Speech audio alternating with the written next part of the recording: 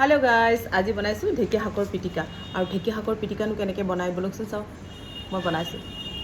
এমুঠি ফ্ৰেছ ঢেকীয়া ললোঁ আৰু এতিয়া এই ঢেকীয়া শাকখিনি মই যিবোৰ ভাল সেইবোৰ ৰাখিম আৰু বেয়াবোৰ এৰুৱাই দিম আৰু লগতে পুৰতবোৰো এৰুৱাই দিম আৰু এইখিনি এতিয়া ভালকৈ ধুই ললোঁ ধুই লোৱাৰ পিছতে পেন এটাত মই পানী দি এইখিনি ভালকৈ বইল কৰি ললোঁ তো বইল হৈ যোৱাৰ পিছত এইখিনি এতিয়া নমাই মেলি মই ঠাণ্ডা পানীত ৰাখি দিম যাতে কালাৰটো সেউজীয়া হৈ থাকে মানে সুন্দৰ হৈ থাকে আৰু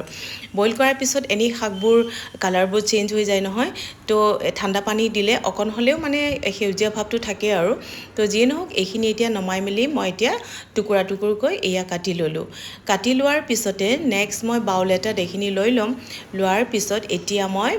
আগতে বইল কৰি ৰাখিছিলোঁ এই আলুখিনি তো আলুখিনি দি দিলোঁ লগতে পিঁয়াজ আদা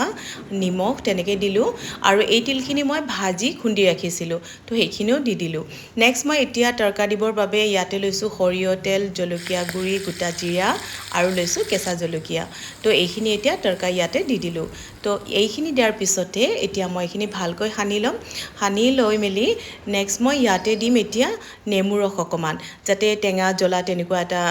মানে টেষ্ট আহে আৰু তো এইখিনি দি মেলি ভালকৈ সানি ল'লোঁ আকৌ নেমুখিনি দি আৰু এইয়া হৈ গ'ল ৰেডি মোৰ ঢেকীয়া শাকৰ পিটিকা খাবলৈ কিন্তু খুবেই সোৱাদ ভৰা হয় কেতিয়াবা সময় পালে ট্ৰাই কৰি চাব